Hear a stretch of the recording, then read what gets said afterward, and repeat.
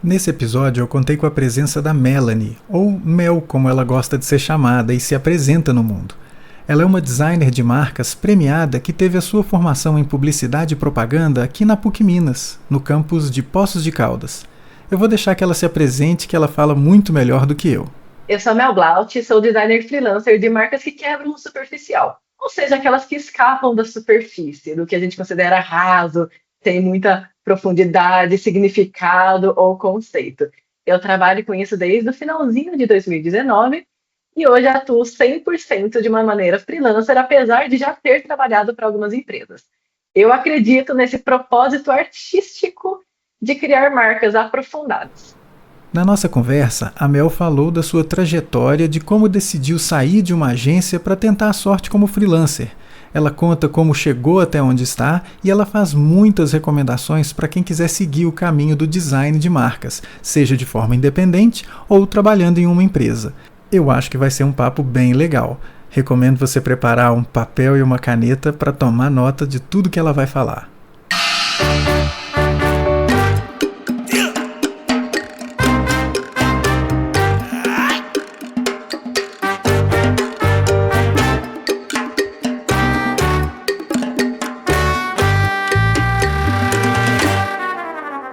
Melanie, você já entrou no curso de publicidade em Poços de Caldas, né? Que você estudou publicidade em Poços de Caldas. Foi mais ou menos quando você entrou ou quando você saiu do curso ou no meio do curso que você começou a ser designer de marcas? Eu entrei no curso de publicidade em 2014.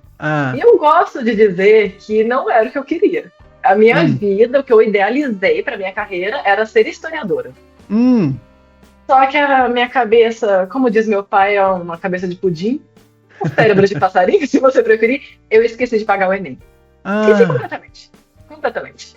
E também outras faculdades que eu tinha pensado em me inscrever, perdi o prazo também, esqueci completamente. Coisa assim eu digo que de adolescente, sabe? 17 anos, tá lá.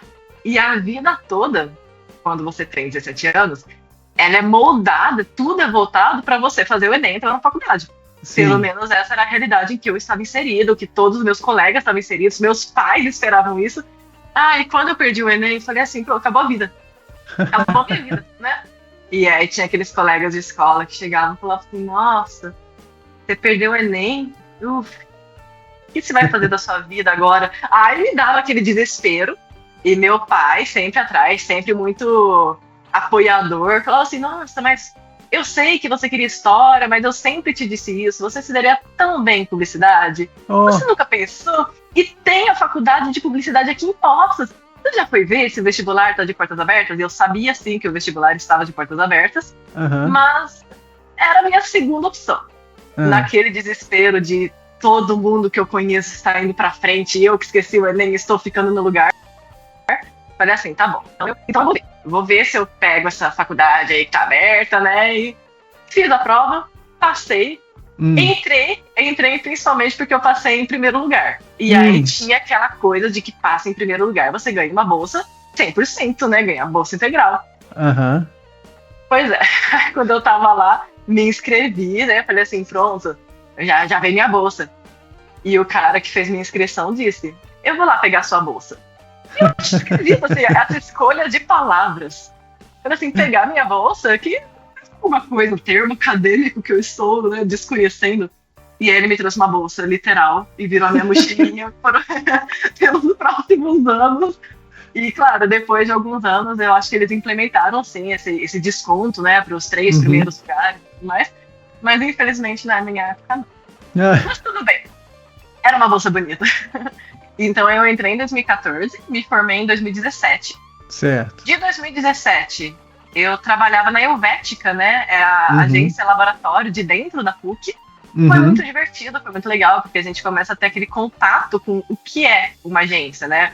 Que tipo de demandas os clientes poderiam pedir, o que chega pra gente, quais as funções de cada um lá. Então eu entrei como diretora de arte. Apesar, deixa eu colocar aquele parênteses aqui enorme do que aconteceu nesses 4 anos de faculdade, né? Apesar de eu sempre pensar em história, até hoje eu penso na história, né? Mas eu me encontrei em publicidade e não levou muito tempo lá dentro me direcionar para publicidade. E hoje eu amo o que eu faço, amo o meu trabalho. Então, quando eu estava na Helvética, essa primeira experiência como diretora de arte foi muito divertida, foi muito satisfatória, eu pude ter contato com várias coisas. E logo lá, eu já consegui o contato de outra agência, já de fora, né?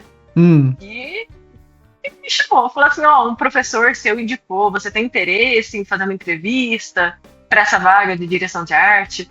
E eu fiquei levemente preocupada, porque, pelo menos aqui em Poços de Caldas, cidade pequena, você não é diretor de arte. Você vai ser o faz-tudo da agência. Entendi. E eu falei assim, nossa, não, vamos, né? Vamos ver. E eu dei muita sorte, porque essa agência era muito bem dividida, apesar de bem pequenininha, então assim, eram 3. A minha chefe, que atuava como atendimento, uma colega, redatora, e eu, direção de arte. Então também foi muito legal, pude evoluir bastante as skills, tanto sociais, né, de estar trabalhando com pessoas que eu nunca vi na minha vida, mas também entender as demandas de verdade do mercado, porque na Helvética a gente atendia bastante demandas internas da faculdade. E vai ter um evento de publicidade, o curso de psicologia está lançando alguma coisa. Só que lá onde eu trabalhei, nessa outra agência, era papo, toda hora tinha uma demanda, e tinha que correr para atender as demandas do dia. Sim. Então, apesar da gente saber que às vezes a agência tem essa correria, é um tempo que eu guardo com muito carinho. Era uma rotina que eu gostava muito, aprendi muito sobre Photoshop, foi muito divertido. Só que tudo na vida a gente atinge um patamar que, dependendo do lugar em que a gente está inserido, não dá muito para passar. Sim. E eu senti que eu já tinha atingido esse patamar, que eu estava fazendo mais do mesmo, que não estava indo para frente, que não estava mais legal para mim. Falei assim, eu acho que eu vou sair e vou tentar a vida freela. Então foi aí mais ou menos em 2018 que eu comecei a falar assim, vou ser freela. Qual a minha surpresa ao descobrir que eu não serei freela assim, vou sair daqui e fazer minha direção de arte, né? Fazer meus posts ou o que seja. Eu teria que arranjar os clientes, Sim. Da onde que eles vêm, onde eles vivem, o que eles comem, né? A gente não sabe. Então tinha toda essa parte do atendimento, da prospecção, da redação, se precisasse, né? Sim. E eu pensei em ser freela de social media, que era o que eu fazia na agência, fazer os posts para redes sociais. Então eu falei, vou continuar. Não deu muito certo, justamente porque eu falhei muito nessa parte de prospecção, não sabia como faria. Então, acabei tendo alguns trabalhos, por exemplo, essa minha chefe anterior tinha um trabalho que não atendia na agência, uma demanda diferente, perguntou se eu pegava. Pego, opa. Aí outra fulana que eu conhecia precisava, você faz logo? Aí eu odiava fazer logo. Faço, pode mandar. Então foi meio nesses trabalhinhos picadinhos que a vida freela não foi muito pra frente. E eu até considerei, terá sido um erro ter saído da agência, né? Achei que seria mais fácil, não foi? Mas tudo bem. Ele segue, foi indo. E eu tinha um sonho, que era conhecer a França. Quando eu tava na faculdade, eu tinha feito umas aulas de francês. Então, ficou com isso. Eu vou fazer o quê com essas aulas de francês? É muito legal falar francês, mas eu queria ir pra França. E surgiu a oportunidade, também conhecida como passagem muito barata, de ida e volta, pra daqui a uns 6 meses. Certo. E eu e meu namorado na época, hoje meu marido, né, sabia que eu era louca pra... Você quer ir? E eu pensei que fosse brincadeira. Assim, não, na minha cabeça era uma coisa muito distante. Assim, brinquei, né, falei assim, opa, bora agora. Aí ele, não, tô falando sério, a gente pega as passagens, a gente fez francês, vai pra lá. Quanto tempo que pode ficar na França com visto de turista? 3 meses. Então a gente fica 3 meses por lá. Assim, meu Deus, mas eu não sei se eu tenho dinheiro pra ficar 3 meses na França. Não, porque tem Airbnb e tem o supermercado, a gente não precisa ficar comendo em restaurante. E não, a gente faz aqueles passeios, a gente passeia de graça. Então vamos ver. Nessa mesma época que a gente realmente comprou as passagens na França, surgiu uma outra oportunidade para trabalhar como assistente de marketing em uma loja da cidade. Então já não era mais agência, era uma loja de sapatos, de artigos de couro, roupas e tudo mais. E tinha essa nova função que eu não sabia muito bem como seria, porque eu só fui diretora de arte e fazia post, e fazia um impresso, e de repente seria assistente de marketing para uma loja física. Vamos, né? Então logo na entrevista de emprego, que eu abracei, parece que já que temos passagens compradas para a França, quem sabe eu não consigo juntar um dinheiro extra, já que a vida freela não está indo para frente. Então eu fui nessa entrevista Pensei muito se o certo seria falar pro cara que eu sairia dentro de alguns meses. Né? Falei assim, ó, se eu ficar, eu vou ficar por 3 meses, tá? E cheguei à conclusão que sim, seria o certo, obviamente, né? Contar pra ele que eu tenho uma passagem marcada, que eu vou ficar 3 meses fora. Então, que se eu entrasse, eu teria um contrato de também 3 meses. Pra ele não foi problema nenhum. No fim, eu entrei lá mesmo. Também foi uma experiência bem diferente, porque na agência, a gente tem aqueles papéis bem definidos. Então, a redação chega pronta pra mim, a pauta chega pronta para a redação. Então, tem esse organograma, né? Todo bonitinho. E de repente eu estava livre, leve e solta. E eu perguntava pro meu chefe, mas o que eu faço? Ué, você que é do marketing. Então também foi bem divertido essa liberdade, né? Poder falar assim, nossa, hoje eu vou chegar e vou fazer um stop motion. Porque eles tinham dentro da loja, na parte de cima, né? O marketing onde eu trabalhava, era ele, só né? Assistente de marketing e um outro menino que mexia com o site. Certo. Do lado tinha um estúdio pequenininho de foto mesmo, coisa assim. Fundo infinito. Olha. Vamos. Então era muito divertido. Descobrir o que eu faria no dia, né? Inventar alguma coisa. Então, era stop motion, ou videozinho, os GIFs, que eu gostava bastante de fazer também. Pegava produtos, ia lá bater foto. Às vezes eu me apaixonava pelos produtos e ficava com eles, né? Fazer o quê? Parte do meu salário foi naquela loja. Mas, enfim. Acabou meus 3 meses, nos despedimos. Então, 3 meses, foi muito divertido também. E quando eu estava lá, começou a aparecer pessoas que eu nunca vi na minha vida. Olha, fulana me indicou, parece que você tá fazendo identidade visual, né? E eu tinha recém pego um cursinho de identidade visual, falei assim, tô sim, bora. Vamos. Então, comecei a ter esses clientes, eu chamo de aleatórios, né? Porque são pessoas que eu nunca vi na vida. Muitas vezes, a fulana que eu também não conheço, que te indicou, meu Deus, da onde essas pessoas me conhecem? Então, foi o start oficial da vida freela. E aí sim, nesse período era 2019. Então chegaram essas pessoas que eu não conhecia, fiz o trabalho, entreguei. Desse trabalho chegou um outro trabalho e eu super feliz, né? Comecei a montar um portfólio, descobri o Behance, né? Que eu já conhecia antes, mas eu não usava ele muito bem. Então descobri como usar ele direitinho. E a vida freela realmente foi caminhando.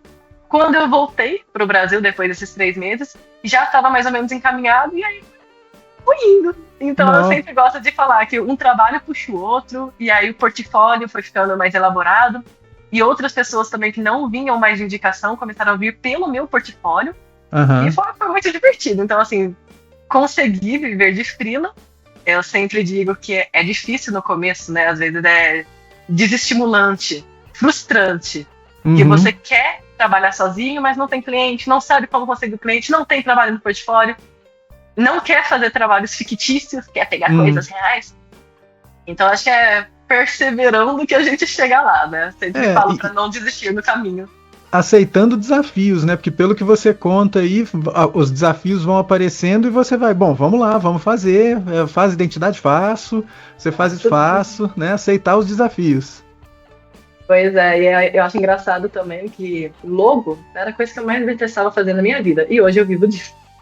Mas adquiri um carinho também, percebo que muito do que eu não gostava era a falta de processo. Então, tanto na agência experimental que eu trabalhei, tanto com a agência normal que eu trabalhei, quando chegava alguma demanda de logo, o cliente ele tem uma clínica de fisioterapia. Que mais? O nome da clínica é esse aqui. Que mais? Só ela gosta de azul. Então vamos. Então era muito desnorteado, eu tinha que inventar informações, descobrir o que o cliente gostaria. E também tá aí uma frase muito problemática, né? Porque o cliente não tem que gostar de nada. Sim. Nós, como designers, temos que solucionar um problema, mas o problema não chegava na minha mão. O famoso briefing, né? O briefing não aparecia. O máximo que eu recebia era o nome da clínica, a cor que o cliente gostava ou desgostava, e pronto. Então era aquela coisa de fazer 30 opções de logo para o cliente não gostar de nenhum e fechar com uma outra pessoa que fez uma coisa que eu considerava feia. Nossa, era bem frustrante. Tem muita coisa que, eventualmente, quando a gente está na universidade, a gente vê e acaba negligenciando, né, a importância de você construir um briefing bacana, fazer uma reunião inicial legal com o cliente, para poder passar para quem vai fazer a coisa a instrução ou o direcionamento, falar, olha, esse é o cenário, esse é o contexto, então sem isso você fica complicada, né? Ah, sim, e agora, anos depois, eu percebo que não são só os diretores de arte que têm que saber direção de arte. A gente tem que ser multidisciplinar, principalmente, por exemplo, eu ouvi muito na minha vida dos meus colegas, nos tempos de faculdade, tanto agora como eu trabalho com... Eu não me chamo mais de diretora de arte, né? Sim, de designer.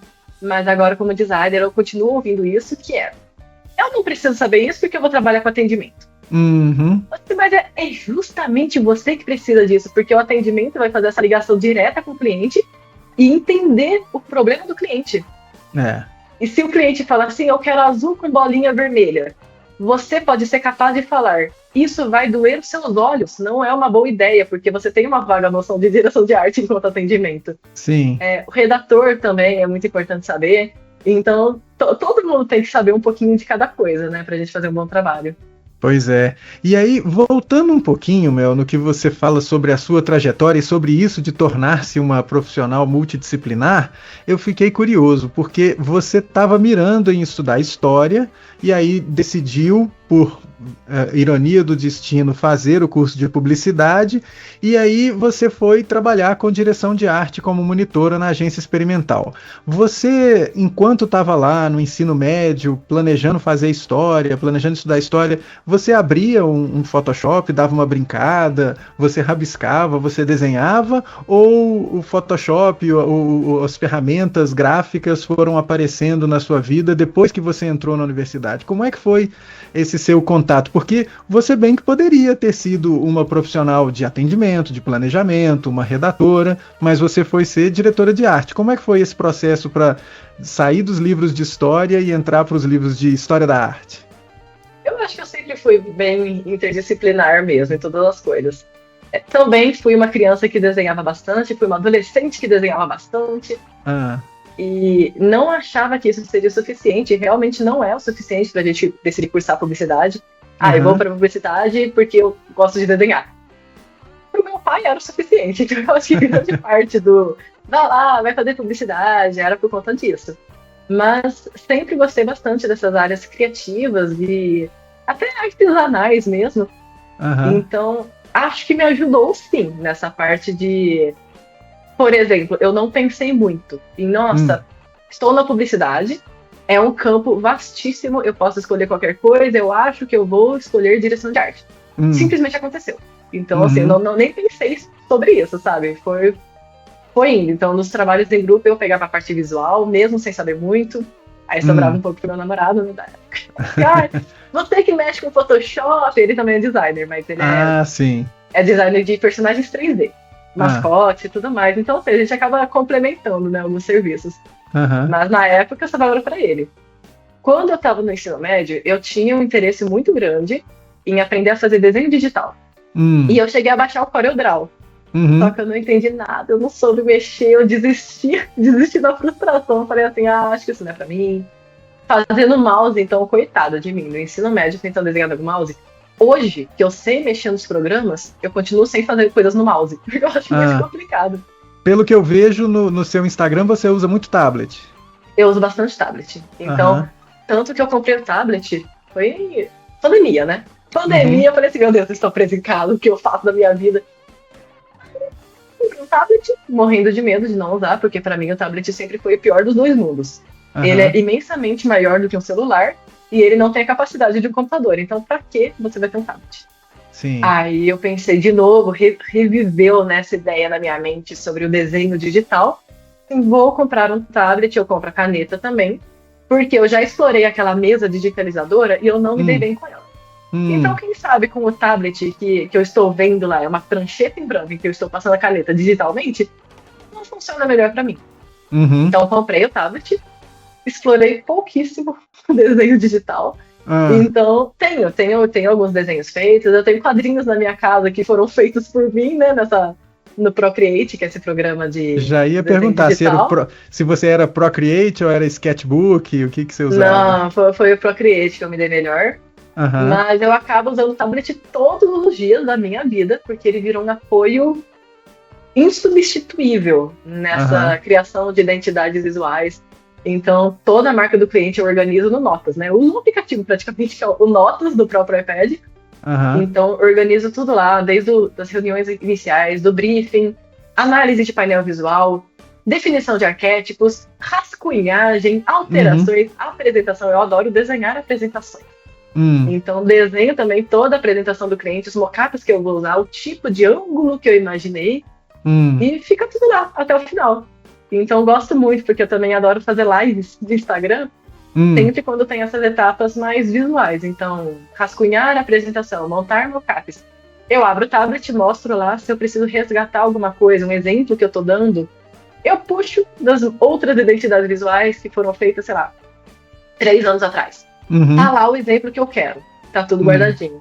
Então, antes de ter o tablet, não vou falar assim, nossa, não podia usar nada. Claro que eu usava cadernos, né?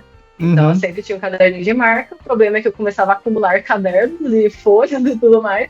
E não é tão simples de ficar mostrando quando eu faço essas mini aulas. Sim. Mas, adoro, recomendo. E se você estiver pensando em comprar um tablet, é um ótimo investimento.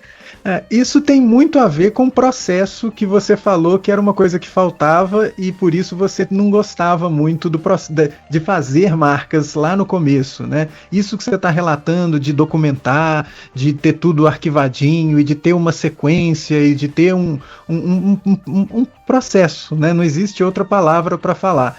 Como é que isso foi se desenvolvendo em você como designer? Como é que você foi aprendendo a desenvolver esse processo ou adotar esse processo? Como é que isso apareceu? Eu fiz o cursinho de identidade visual em 2018, eu acho. E esse curso me apresentava processos.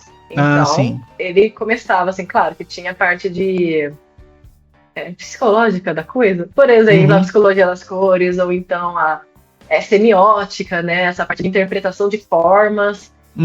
O círculo vai ser mais simpático. As tipografias com cantos mais arredondados, elas também são mais simpáticas. O que é mais quadradinho, mais sólido, mais seguro. Então, assim, essas coisas que a gente acaba absorvendo, né? Mas também tinha bastante dessa parte sobre o processo. Então, o processo que eu aprendi nesse curso foi o briefing. Então, o que, assim, a gente já sabia que um briefing era essencial, mas o que faz um bom briefing? E esse briefing era dividido em 4 partes, deixa eu ver se eu lembro. Era sobre o contratante, sobre a empresa, personalidade de marca e público-alvo. Eram essas 4 partes. E até hoje eu uso muito isso, apesar de ter transformado já esse briefing horrores, né? Várias perguntas, ou eu arrancava, ou eu criava outras, de acordo com as necessidades que eu via. Então, no meu briefing tem até uma parte que muitas pessoas consideram completamente descartáveis, eu diria. É uma parte bem descartável, que é sobre o contratante. Mas enquanto o briefing que eu aprendi, essa parte do sobre contratante era, por exemplo, qual a sua função dentro da empresa? Enfim, essa é a única pergunta que eu lembro, porque eu realmente arranquei esse pedaço inteiro.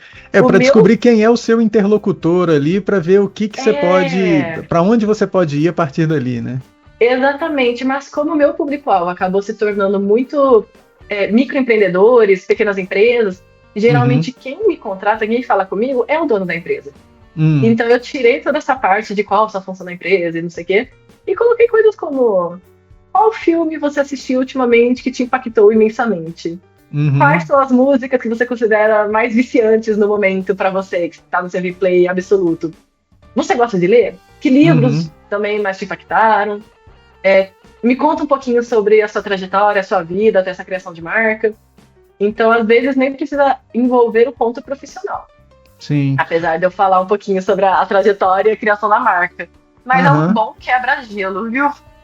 E sendo o seu cliente, às vezes, um microempreendedor ou um profissional liberal, isso ajuda a ser a marca dele, né? Porque se é um dentista que você está fazendo a marca para a clínica ou para o consultório dele e ele fala sobre ele, saber sobre a música é interessante, porque eventualmente você vai construir uma identidade que quem for o paciente dele vai perceber isso, porque isso vai casar com a música que vai estar tocando no consultório, porque afinal de contas ele gosta dessa música. Eu acho que isso faz um bom sentido, né? Você adaptar esse processo do briefing para um contexto de um profissional liberal, para o contexto de um microempreendedor. Isso é muito bacana. Sim, e muitas vezes, como eu mexo com marcas pessoais, eu acho importante colocar um pouquinho da pessoa na marca. Não assim um pouquinho no sentido de ela já vai ter me dado informações, sim, que ela quer dentro da marca, mas muitas vezes o que ela me diz, por exemplo, na história dela, na trajetória, que ela não disse num sentido de vamos pôr isso na marca, eu consigo encaixar de alguma forma. Também tem a parte de estou aqui como solucionadora de problemas, não para atender os gostos do cliente, mas também para mim unir o útil ao agradável e conhecer o cliente, entender os gostos dele, conseguir colocar um pouco desses gostos também na marca e entregar um trabalho mais... Como que eu digo? Mais acertado. Mais acertado, mais importante para esse cliente, mais personalizado, mais autêntico, acho que essa é a palavra. Autêntico. Você falou uma outra coisa aí que me chamou muita atenção, que é solucionador de problemas. Isso é uma coisa que eu gosto muito, porque eventualmente as pessoas se referenciam a design como uma coisa visual, mas design é projeto, design é resolver problemas, é dar soluções. Né? Quando é que você começou a enxergar a coisa ou encarar design de marcas como vou criar soluções para essas marcas? Foi aí por volta de 2019, quando você começou também? Eu acho que foi um pouquinho depois. Apesar de tudo, quando eu comecei, eu tinha bastante medo de perder o cliente, né? Nossa, a pessoa veio até mim e aí eu faço o que eu acho que vai solucionar o problema, só que não é o que a pessoa gostou, então eu prefiro ir pelo que ela gosta. Então, o comecinho foi meio assim. Tentava, assim, eu sempre fui essa pessoa de, não, a gente não pode atender 100% dos gostos da pessoa, tem que ter o meu trabalho enquanto profissional. Mas essa é uma noção que a gente vai adquirindo um pouquinho depois, com mais experiência, né? Acho que ela vai se fortalecendo. Então, no começo, eu considero bastante que eu tinha um pouquinho dessa de, ai, meu Deus, eu tenho que agradar o cliente, ai, não vou falar que essa ideia dele não é legal. Não vou testar, vou falar que eu testo essa ideia assim. Mas hoje em dia, eu acho que até por questão de maior demanda, eu corto tudo isso. Então, se a pessoa fala assim, não, porque eu queria muito o famoso azul com bolinhas vermelhas, eu não vou testar pra ele ver. Eu já vou falar assim, não vai dar certo. Mas eu explico, né? Eu tenho a propriedade hoje para dizer por que não vai dar certo, por que não se encaixa na marca dele. Dos processos também que eu montei, tem uma parte extra que eu coloquei, que eu chamo de workshop de posicionamento. Então, várias marcas que eu criei, várias não, na verdade tem um caso só, que me impactou muito. Que eu tinha criado uma marca, assim, que a moça que me contratou, ela amou. Nossa, era exatamente isso que eu queria. Fantástico, nossa! E eu tinha ficado muito feliz, porque era uma marca bem colorida, bem vibrante, eu tinha adorado fazer. Eu sou dessas de marcas coloridinhas, amo uma marca coloridinha. Então esse eu acho que foi o início das marcas coloridinhas, que eu explorei uma paleta de cores mais não tão usual, né? E ela amou o trabalho, e postou, e tudo. 6 meses depois, esse trabalho não existia mais. E na página dela virou uma coisa bem tendência, sabe? Era o post minimalista com fundo bege, e a fonte cinza, uma fonte diferente, um pouquinho manuscrita. É assim, qualquer pessoa... Se você abrir o Instagram, você vai achar um post desse. Sim. Principalmente quando a marca é uma marca mais feminina. E eu pensei, putz, todo o trabalho que eu fiz, toda aquela criação autêntica, 6 meses atrás não existe mais, porque ela trocou toda a criação para o que tá na moda. E eu lembro que eu já tinha pego um rebranding. Então, a marca dela já era um redesign. Então eu acho que foi uma dessas questões também com o designer anterior dela, que ela tinha amado a marca, passou um pouquinho, não gosto mais tanto, então vamos criar outra coisa. Passou um pouquinho, não gostei mais tanto, vamos criar outra coisa. E eu vi que depois de um ano, essa outra comunicação dela já mudou. Eita. Então, assim, e eu não vou falar que é dela, é uma pessoa que não para com a marca. Não é, isso acontece muito quando a gente não não consegue captar tanto a essência da marca e o cliente também não consegue contar pra gente essa essência em detalhes. Então esse workshop de posicionamento que eu montei é justamente para impedir que isso aconteça. Então são 2 reuniões bem aprofundadas, inclusive muitas vezes sou eu olhando para a cara do cliente e o cliente olhando para minha cara e ninguém diz nada, porque eu não puxo respostas, eu deixo ele falar e às vezes ele perde as palavras e ele não ajudar. Eu só fico lá, não, vamos lá. Então, principalmente tem uma parte nesse workshop que é defina sua marca em 40 palavras. E todo mundo diz, 40 eu consigo fazer em 5. No final, todo mundo consegue as 40 palavras. E essas palavras, assim, começa com, é jovem, é legal, é divertida. E no final tem palavras, assim, extremamente personalizadas que eu jamais colocaria na boca do cliente. Então, acho que isso que é o que conta. Tem também, claro, sobre o público-alvo, a essência, arquétipos, que eu gosto bastante de mexer com arquétipos. Então, é um workshop, ele serve para tirar um posicionamento da marca livre de tendências, livre de modismos, de preferência, o que é mais puro daquela marca, sabe? Ela nasceu por isso, com esse propósito, então eu consigo criar um trabalho que siga isso e possa se manter por anos e anos e anos. Eu acho que isso de se manter por anos e anos e anos é uma coisa muito importante. Não que você está escrevendo em pedra, né? Mas poxa, uma marca bem construída, ela não vai precisar ser refeita rapidamente. Você vai eventualmente dar uma adequada para uma linguagem visual daqui a X anos, né? Você vê marcas bem potentes, elas prevalecem, né? Elas persistem, né? Isso é uma coisa... isso é uma coisa bem legal. E você falou um negócio de autoridade. A autoridade é uma coisa que você conquistou, inclusive, recebendo prêmios, né? Como é que foi essa história de você ganhar o Bowery Design Awards aí? Como é que foi esse processo? Qual foi a marca? Eu vi algumas coisas, eu vi as fotos, achei bem interessante lá o ensaio. Como é que foi esse processo todo? Foi engraçado, porque para começar essa marca foi uma permuta. Então, eu adoro permuta. Até hoje, mesmo trabalhando com isso faz sei lá quantos anos, 6 praticamente, eu ainda amo uma permuta. Eu tenho marcas, eu já fiz marca para estúdio de tatuagem, que é claro, eu não permuto tudo, né? Então, assim, se eu cobrei, sei lá, 6 mil para fazer a marca, R$1.000 ou 1.500 a gente permuta em tatuagem. Então, eu até fui pro lugar, saí cheio das tatuagens, mas quando eu quero alguma coisa de verdade, eu super permuto. Então, estávamos lá também, em meio à pandemia, nada para fazer, estou presa em casa, não tenho muitos clientes. Muitos ainda é uma palavra, fui generosa comigo mesmo. A Melanie do passado, porque eu não tinha praticamente nenhum cliente. Então, quando eu tinha, era uma colega que, você não quer trocar umas aulas de dança online em troca de uma identidade visual? Eu falei assim, não tô fazendo nada. Então, bora. Aí, a mesma colega. Eu tenho meu namorado, ele vai fazer aniversário, eu tenho aqui a marca dele, queria dar de presente, você não faz? Bora, né? Por mais alguns meses de aulas online. E aí, eu queria muito fazer... Eu fiz polidense na minha vida, assim. Quando eu na faculdade, falei, né? Eu gosto de experimentar várias coisas, então muitas atividades. E aí, o polidense era uma das únicas danças que eu não tinha experimentado ainda. Achei um estúdio aqui em Poços, fui fazer, ele fechou. Fui começar em outro, veio a pandemia. E eu fiquei órfã de polidense, né? Aí eu descobri que eu podia comprar uma barra e colocar na sala da minha casa. Da casa dos meus pais, no caso, né? Coitado. Mas comprei a barra.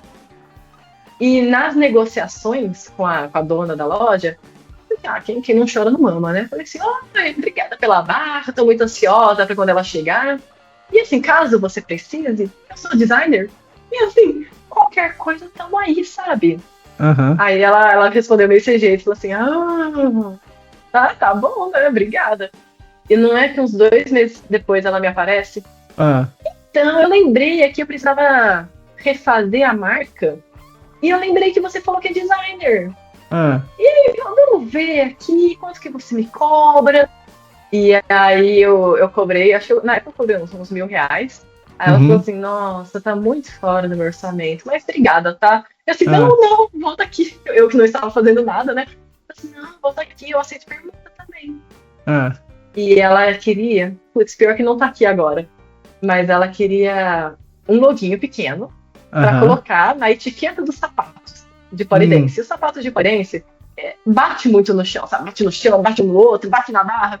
Então eles são mais resistentes, mais reforçados. E aí é difícil achar sapatos bons, assim, geralmente eles são muito caros, justamente por conta desse reforço todo. É botinha. Eu era louca por uma botinha. E aí eu falei assim, qualquer coisa a gente troca. Eu te dou o logo que você precisa e você me dá uma botinha. Pode ser. Você pode ser, que ótimo. E aí, como eu não estava fazendo nada na época, né? Falei assim, vou fazer uma identidade completa, ao invés de só entregar o logo que ela quer colocar na etiqueta da bota. E foi um processo aí também, como dizer, ele foi meio desnorteado também. Eu já tinha um pouquinho do briefing, eu já tinha essa parte de painel visual, mas eu não tinha um processo tão definido quanto eu tenho hoje. Mas deu tudo certo. Montamos, fiz a apresentação lá, colocamos a etiquetinha, ela gostou bastante.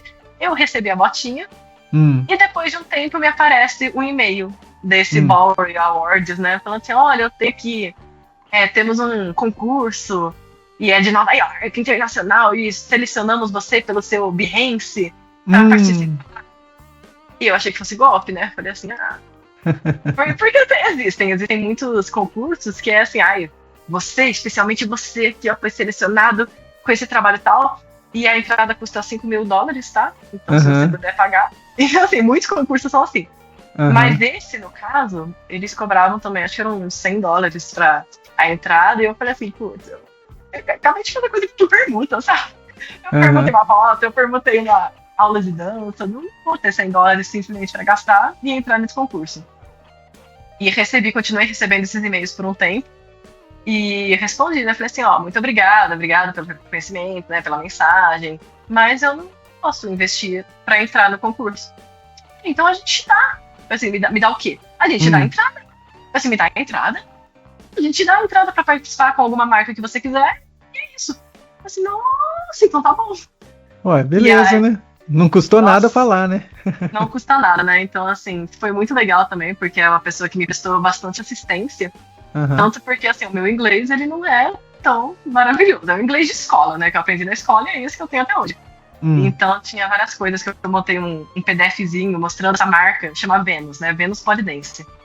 Fiz da Venus Polidense, escolhi, falei assim, eu tenho um total de, 4 marcas para selecionar e eu vou com essa que é a mais recente, eu acho que vai trazer mais impacto. Uma amiga minha, designer também, que mexia mais com o desenho, ela fez para mim uma cartinha de tarô, a carta da força. Então, assim, são coisas que agregaram na marca que eu não tinha em outras marcas. As outras marcas eu tinha logo, paleta de cores e é isso. E nessa não, nessa eu tinha cartinha, tinha mais coisas personalizadas sobre a marca. Então eu acabei escrevendo essa marca. O PDF meio inglês, mandei, a moça me mandou com as correções pra eu melhorar o inglês e mandar de volta, então foi. E depois apareceu lá a listinha de, olha, você pegou aqui os finalistas, e assim, nossa... E eu achei muito legal, porque realmente tinha isso, assim, eram dezenas, centenas de competidores. E eu pensei, né, a gente nunca se dá valor, né? Eu pensei assim, todo mundo deve ter ficado nos finalistas.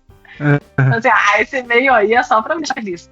E depois mostrou lá que eu peguei o 3º lugar na competição, e pensei, muito legal. E alguns meses depois me chega um troféuzinho. E assim, pra mim foi uma experiência que é a primeira e única vez que eu participei de um concurso desse e levei um troféuzinho e fiquei muito feliz. E isso eu também uso como autoridade, né? Toda a minha proposta comercial, ela tem esse prêmiozinho no final, fala assim, ganhei o 3º lugar aqui no New York Festival, né?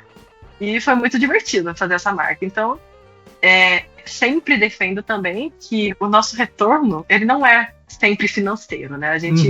Tudo bem fazer alguma coisinha de permuta, às vezes acarreta em algo maior, né? Sim, muito importante. E importante também, uma coisa que você falou, acho que você já falou isso 2 vezes, e que, se eu não me engano, hoje você ajuda as pessoas com Behance.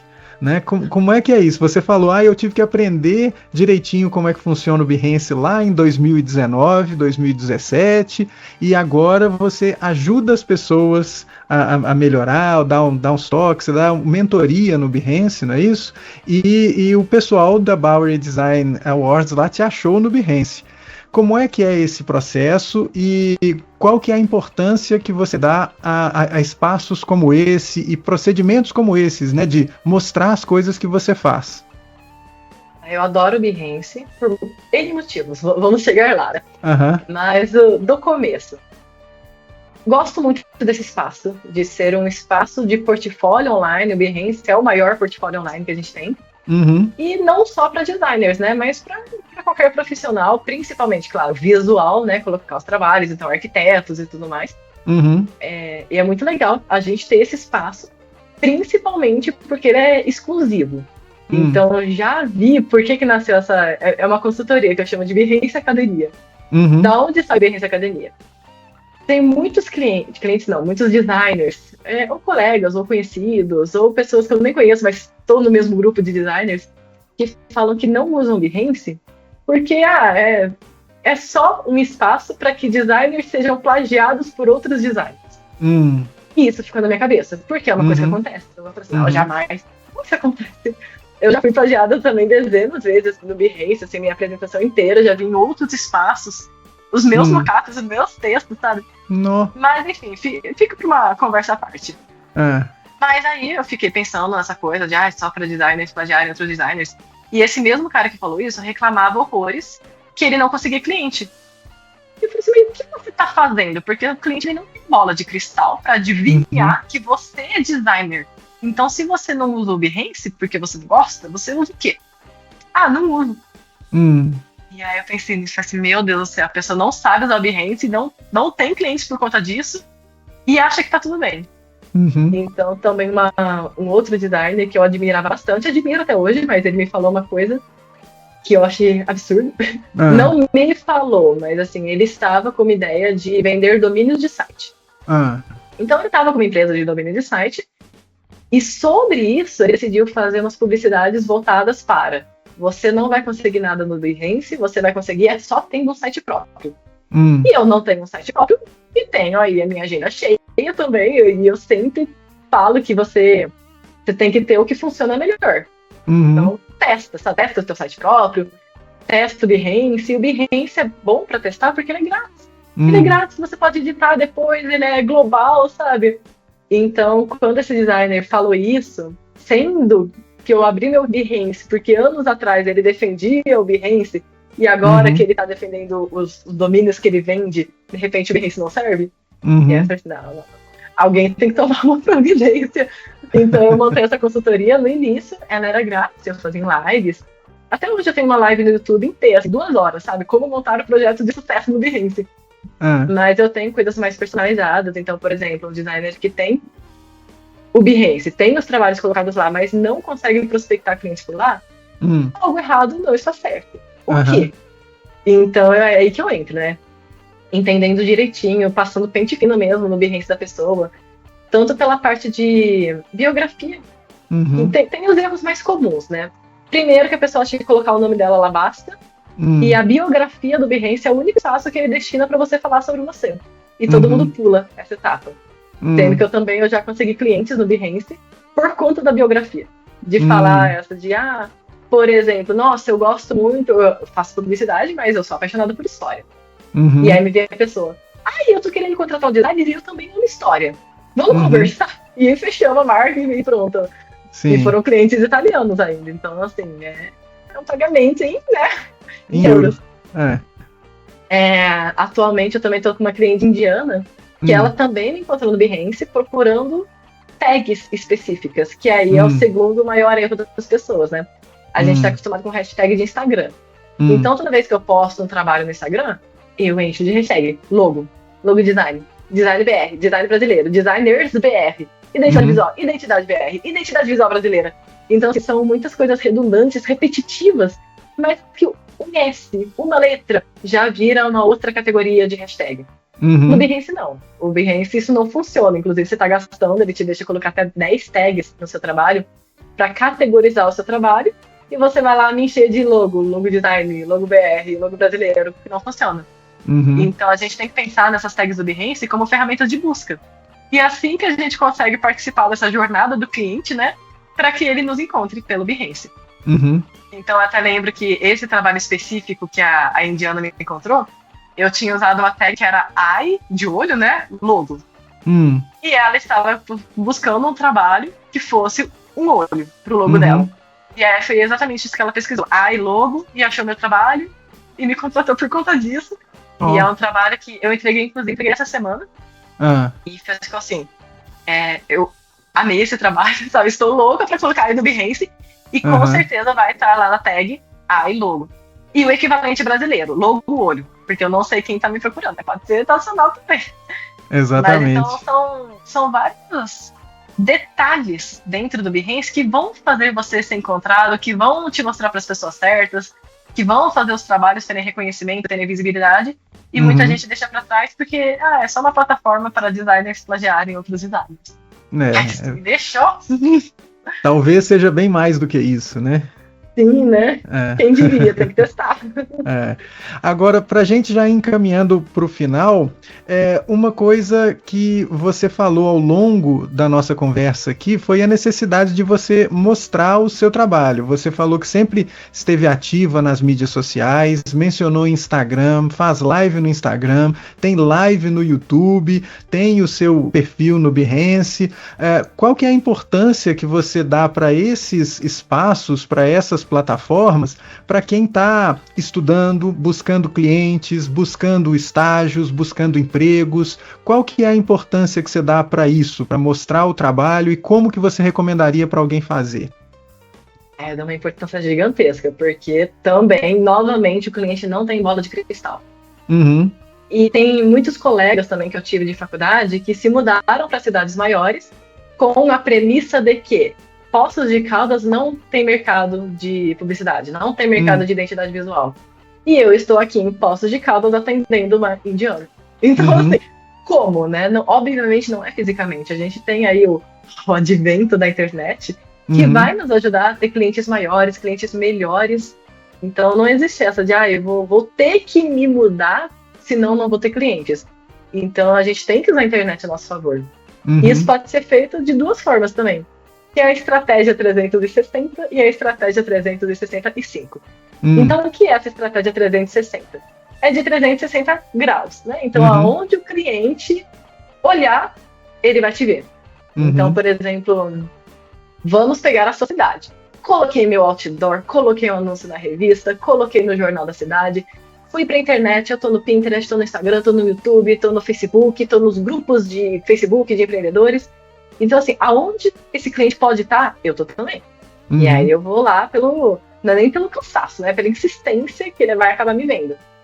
Eu não gosto muito dessa estratégia, eu considero ela meio antiga, né? Porque precisa, de preferência, de uma equipe, ela é muito desgastante, você estar em todos os lugares ao mesmo tempo, precisa de bastante tempo para fazer isso, bastante energia. Então, eu opto pela outra estratégia, que é a 365. Estratégia 365 dias do ano. Então, eu estou todos os dias presentes no lugar que eu sei que o meu cliente está. E no caso, eu escolhi o Instagram. Então, por exemplo, eu não tenho um site próprio. Agora até tem, porque eu acho que o mês passado eu fiz mas assim, de 6 anos trabalhando sem um site próprio, 1 mês eu fiz, porque eu aumentei a esteira de produtos, né, como dizem. Então, hoje eu tenho um pack com templates de apresentação, de brand book, editáveis para a pessoa pegar, contratos também, que muita gente não sabe como fazer. Nesse pack tem um contrato, tem briefing, tem modelo de como você passa um orçamento, tem até roteiros de atendimento. Então, é um packzinho que eu tenho, não tinha onde mostrar ele, então tá lá no meu site, né? Tá. Tem pack, tem a consultoria de Behance, tem meu portfólio o online, né, o próprio Behance. Tem o pedido de orçamento para identidades visuais. Então, assim, meu site é só para isso, para organizar outros links externos, né? Estar presente todos os dias em um lugar. Então, o meu lugar, eu escolhi o Instagram. E esse todo dia não é essas coisas que gurus de internet ficam falando, né? Não, você tem que postar 3 reels por dia. Você tem que postar 5 posts, 3 carrosséis. Uma story é o suficiente para você fazer essa presença diária. Então, de vez em quando, posta aí uma coisa mais elaborada. Eu gosto muito de me vender pelo processo. Então, também adoro dizer que o processo vende e vende bem, porque o cliente, ele paga pela complexidade, a meu ver, sabe? É o que eu acabo vendendo. Então, eu adoro fazer uma série de reelzinhos que eu chamei de design fora do óbvio. Então, design fora do óbvio, confeitaria. E aí eu pego uma marca de confeitaria que eu já fiz que foge do óbvio, né, de confeitaria, e monto esse riozinho mostrando o processo. Então, ó, desde o briefing, essas foram as imagens que a cliente selecionou, aí esses foram alguns testes de logo, assim foi o que eu pensei para chegar nesse resultado, e aqui tá o resultado final. Aí tem outro vídeo, design fora do óbvio, professor de inglês. É exatamente o mesmo jeito. Tem aqui o nome da marca, um pouquinho do briefing, um pouquinho das imagens selecionadas, o que eu pensei para chegar nesse resultado e o resultado. Design fora do óbvio, estúdio de tatuagem. Então é sempre a mesma coisa. E esses vídeos me dão bastante visibilidade e bastante pedido de orçamento, sempre com a os mesmos dizeres que são: nossa, eu não sabia que envolvia tanta coisa criar uma identidade visual. Então as pessoas sempre acham que eu sento aqui, eu trabalho no computador, né? Eu sento no computador, eu monto aqui em 5 dias, mágica, né? Tá cai uma identidade visual do céu. Cai do céu. Então eu sempre gosto de mostrar as coisas que eu pensei. Eu tenho aqui o Dicionário de Símbolos, que é um livrão também, que eu adoro ele, pra ter símbolos diferentes, né? Associações diferentes na marca do cliente, que muitas vezes nem ele imaginou. Então eu adoro explorar o dicionário de símbolos e mostrar nos vídeos que eu estava explorando o dicionário de símbolos. De repente a pessoa fala: mas tem livro? Não é só no computador que você faz as coisas? Então sempre esses mesmos dizeres de não sabia que envolvia tanta coisa criar uma identidade visual. E isso me faz não só fechar clientes mais fácil, como cobrar valores maiores. Não, muito bacana, muito legal esse relato e interessante para o pessoal perceber como que é necessário você estar presente, aparecer, né, estar ali no campo de visão dos seus possíveis clientes, seja em qual plataforma for, né? Você escolheu o Instagram, mas existem outras, né? E em todas elas tem gente que precisa de serviço. Né? Então, assim, né, eventualmente no TikTok vai estar lá navegando alguém que está precisando fazer uma marca e se encontrar um conteúdo, olha, isso aqui é uma pessoa possível de se contratar, né? E muita gente não está presente porque, nossa, eu não quero mostrar meu rosto. Mas você não precisa mostrar seu rosto necessariamente. Eu mostro porque eu gosto. Então, assim, gosto porque eu tive um caminho muito longo de, nossa, eu não gosto muito da minha voz, sabe? Aí, nossa, eu vou gravar story com a minha voz. Ai, que vergonha. Então, assim, eu tive um caminho muito longo de deixar a vergonha de lado, de me acostumar, de passar a gostar da minha voz, da minha imagem na câmera. E poder, comecei, claro, com aquela cara lotada de filtros, né? E depois fui tirando aos poucos, e também é um processo. Quando a gente tá na internet, tem essa comparação com o rosto do outro, a voz do outro, a expressão do outro, a nossa acaba sendo minimizada. Então a gente tem que compensar isso de alguma forma. E eu compensava com aqueles filtros e tudo mais. Então também foi um trabalho muito grande de detox de filtros, detox de coisas. E então, assim, eu gosto de mostrar o meu rosto porque eu já tive esse trabalho gigantesco e eu não vou deixar morrer. Porque eu acreditava que essa era a única forma de você ter valor agregado na internet. Você tinha que mostrar quem estava lá atrás. E hoje eu percebi que não é assim. Você pode sim ter valor agregado, conseguir clientes, montar um império da internet, né? Sem mostrar o rosto. Tem uma página que eu gosto bastante, chama Branding Lab. E a menina criadora do Branding Lab, ela realmente montou uma marca gigantesca, vendeu horrores, e ela nunca mostrou o rosto dela uma vez na vida. Agora que ela passou por um rebranding, ela começou a mostrar o estranho que tá atrás da marca, sabe? Então, assim, é só uma prova de que a gente não precisa... eu não vou aparecer na internet porque eu não quero mostrar o meu rosto. Não precisa, não precisa. Não, excelentes dicas. Espero que a galera que esteja escutando aí anote e siga essas dicas para ter um caminho tão bacana quanto o seu, muito legal. Obrigada. Um prazer ter você aqui. Espero que você volte em breve contando mais histórias, né? Porque passou rapidinho aqui, a gente já tem um tanto de coisa para falar. Nossa, passou, né? Mas muito obrigada pelo convite. E para quem está escutando, eu sou muito aberta, tá? A responder dúvidas, qualquer coisa. Eu não escondo as coisas. Quando eu tava tentando descobrir o meu caminho freela, ninguém falava nada. Então, assim, quanto que o fulano cobra? Ninguém respondia. Nossa, mas quantas marcas você pega por mês? Ninguém respondia. Então agora que eu já tenho esse caminho mais estabelecido, eu faço questão de falar, olha, você quer saber quanto eu cobro isso aqui. Não tem problema em falar tanto, porque você pode usar como base. Por muito tempo eu me senti no escuro, porque eu não sabia quantas pessoas cobravam, quanto era um valor aceitável. R$1.000 é muito para uma identidade visual? É pouco? Então, assim, eu simplesmente não sabia quantas identidades eu consigo pegar. Teve uma vez que eu também não sabia, né? Hoje eu trabalho com 2, no máximo. Mas não sabia, peguei 5 no mês e fiquei completamente louca, perdi prazo. Nossa, mãe, foi horrível. Então, se tiver qualquer dúvida, pode me chamar no Instagram que eu respondo qualquer coisa. Excelente, e vamos deixar todos os links para os perfis, para os lugares onde pode encontrar a Mel aqui nas notas desse episódio. Muito legal, Mel, valeu demais. Obrigada. E aí, curtiram? Eu aprendi muito com a Melanie na conversa que a gente teve. Espero que as dicas que ela tenha dado sejam úteis para você na sua formação e na sua atuação profissional na publicidade e propaganda.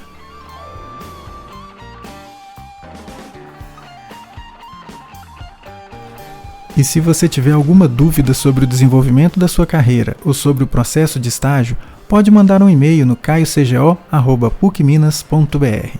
Quem sabe a sua pergunta não vira pauta para um novo episódio ou mesmo uma questão que eu farei para alguém que vem aqui conversar comigo.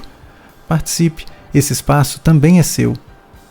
Esse podcast é uma produção do Núcleo de Estágio do curso de Publicidade e Propaganda EAD da PUC Minas. Roteiro e apresentação, professor Caio César Oliveira. O curso de Publicidade e Propaganda EAD da PUC Minas é coordenado pela professora Alessandra Girard. Faz parte do colegiado do curso o professor Caio César Oliveira. A chefia do Departamento de Comunicação da PUC Minas é da professora Viviane Maia. A professora Adelina de la Fuente é a diretora da Faculdade de Comunicação e Artes da PUC Minas. Esse episódio foi gravado nos estúdios Mofo, em Belo Horizonte, e pelo Microsoft Teams. A trilha sonora é de Quincas Moreira, e toda a edição foi feita com Audacity no Debian. Assine esse podcast para sempre ficar por dentro do que acontece no universo do estágio no curso de Publicidade e Propaganda EAD da PUC Minas. E lembre-se de deixar o seu like e dar as 5 estrelas para que mais gente tenha contato com esse conteúdo. Um abraço e até a próxima!